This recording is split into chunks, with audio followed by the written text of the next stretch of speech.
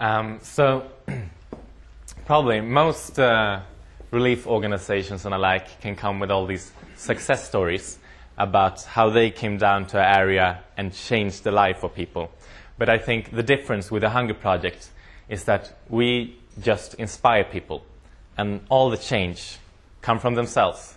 This is their stories.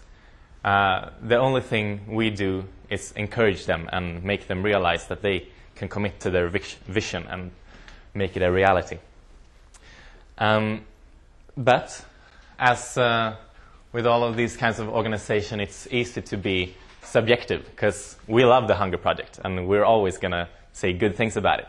So therefore, to be able to be more objective, there was actually an international, well-reputed and well-known consulting firm who did research on the Hunger Project in the end of 2008 and compiled a report of the studies. And one of the things that came out of this was what I talked about earlier, reaching 35 million people. What does reaching mean? And for example, in Uganda, where Marie was, 8 epicenters has been built since around the year 2000, and about $3 million has been invested. And with this money, they aimed on an area of 651,000 people, and out of those, they have reached these 3 groups. And to explain it, deep impact is if one person in the household has attended several VCA workshops, Vision Commitment Action workshops, and established an income-generating project, opened a savings account, and taken a loan. That's a deep impact member.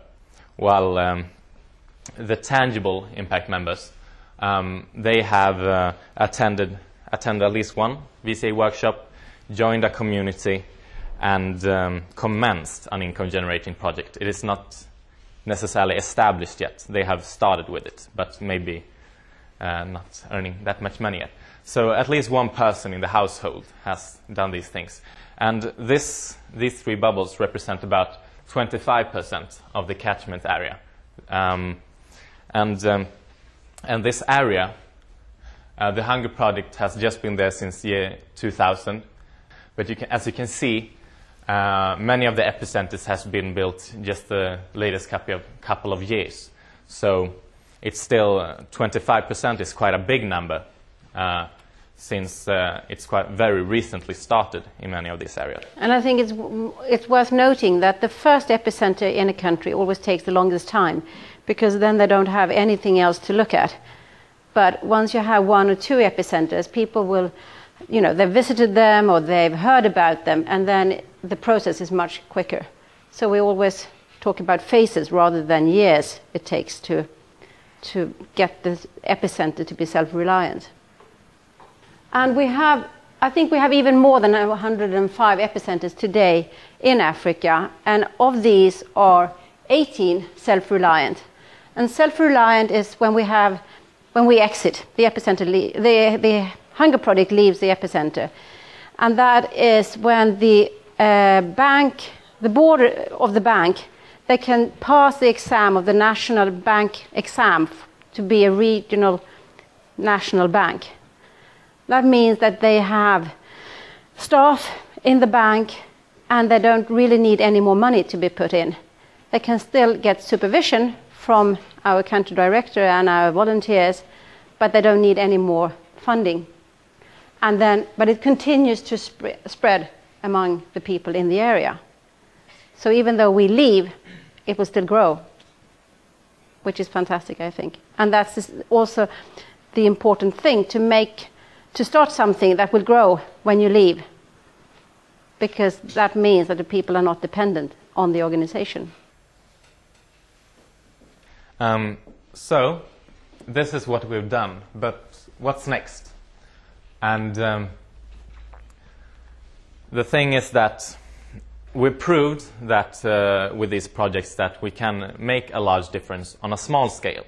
But our aim is for the national governments themselves to implement our strategy, because we always wanted to be as self-reliant as possible. And when the day the government apply one of our strategies, then we stop using that strategy and look if there's something else we can do. So, but to achieve this, we have to prove to them that this can be achieved on a large scale. So that is actually what we're doing right now. In Ghana, eastern region, about 1.3 million people living there, and we have decided to try to end hunger and poverty in that entire area. And how do we do this? Well, we're aiming for about 120 epicenters. I think there's about 10 or something like that built so right now, or 2006. But we're aiming for that. They are to be built in 2015, and we hope to end hunger and poverty in the area about 2018. And this commenced about 2 years ago, and so far it's going well. But for example, we don't want to rush the processes. We're a process, what do you call it? Well, instead, in some areas, it's a lot harder. And instead then of trying to speed up the process before the people are actually ready, because we have run into some places that have been hard. So instead, we have started more epicenters at once. Because some epicenters take 5 years to reach self-reliance, while others might take 9 years. It's very different depending on religion or how women are treated in the area and a lot of culture.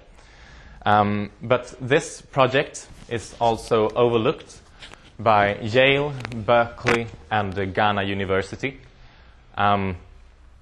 So we're also gathering data to see what works and what does not work, data from an external source, so that we're able to further prove to the national governments and make them see how they should do this. And they also measure what happens in areas where we are not setting up epicenters, to have something to compare with, because it's always easy to prove something with your own data.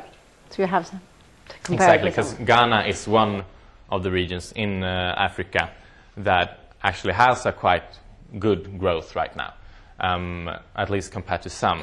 But of course we choose that because it's the easiest to start with when we're proving this. But therefore it's also important to show what happens when we're not active. So that's the Hunger Project. What can you do? Well, you can become a volunteer.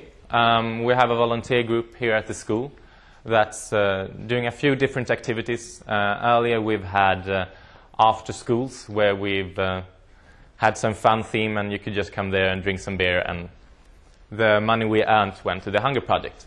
Or for example, just trying to find solutions to everyday problems, like the Inspiration group right now, together with Environ, the school's environmental group.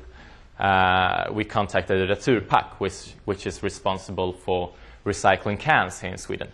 And they agreed to sponsor us with 5 storage cans that you can put the cans in, which are actually coming today. And they did this because we said all the money will go to the Hunger Project. So at the same time as we're solving a problem, because right now all these are falling in the trash can, we're gathering not much, but a little money, and it's a fun thing. So that's what we do at the school. If you're interested, you can just come and talk to me afterwards. But also, you can tell 10 people, just tell them about it, the Hunger Project, what you learned today. What is the difference between famine and hunger? And in Swedish, famine is svält, by the way.